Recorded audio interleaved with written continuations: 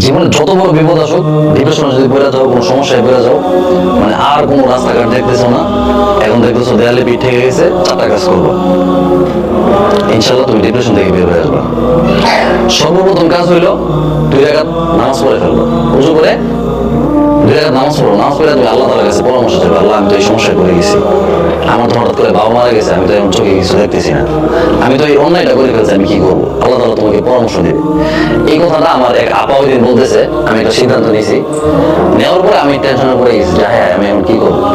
তো আমার আপা আমাকে বলতেছে যে তুমি কাজ করো, 2 রাকাত নামাজ পড়ো, নামাজ পড়ে আল্লাহ তাআলার সাথে পরামর্শ করো। আমি চিন্তা করছি আল্লাহর সাথে পরামর্শ করবো কিভাবে। 2 রাকাত নামাজ পড়ছি, নামাজ পড়ে আমি আল্লাহকে বলছি যে আল্লাহ আমি তোমার একটা সিদ্ধান্ত নিছি, কি করবো? তখন দেখি আমার মাথায় নানান চিন্তা আসতেছে, বুদ্ধি আসতেছে পজিটিভ, বুঝছো? ডিপ্রেশনে পড়ে গেলে প্রথম চেষ্টা করবো 2 রাকাত নামাজ পড়ো। দ্বিতীয় যে কাজটা করবো, একা থাকবা,